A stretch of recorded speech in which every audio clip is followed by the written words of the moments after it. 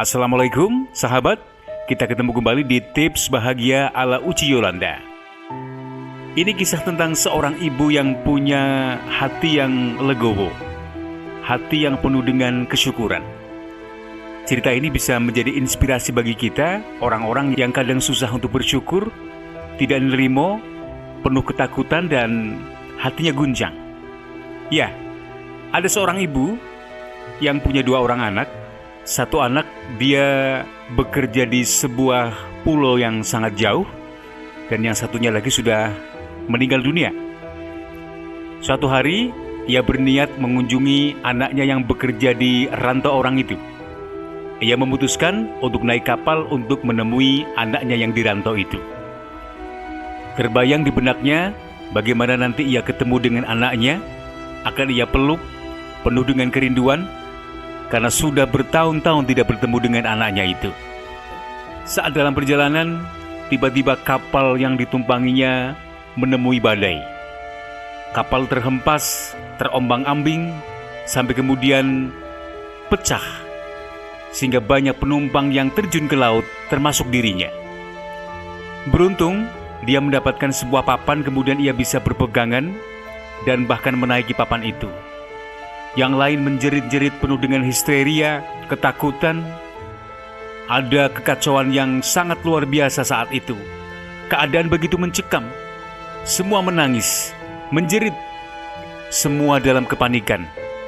Tapi dengan senyum dan rasa tenang, ia tetap berpegangan dan menaiki papan yang ia dapatkan itu. Tidak ada terbersit kepanikan sedikit pun. Tidak ada ketakutan yang terpancar dari wajahnya yang sudah tua. Ia tetap tenang menghadapi musibah itu. Sampai kemudian Tuhan menyelamatkannya. Tim penyelamat datang dan menyelamatkan sang ibu sehingga dinaikkan ke kapal penyelamat. Ketika di atas kapal, tim penyelamat bertanya kepada sang ibu, "Ibu, kami melihat seluruh penumpang panik dan histeris, ketakutan di tengah gelombang lautan. Tapi kami melihat ibu begitu tenang dan tidak panik, seolah-olah tidak terjadi apa-apa. Apa yang menyebabkan ibu tenang menghadapi musibah ini?" Kemudian sang ibu menjawab, "Iya, aku mencoba tenang menghadapi semua ini, karena saya yakin semuanya sudah digariskan oleh Tuhan. Aku berpikir positif tentang 2 hal.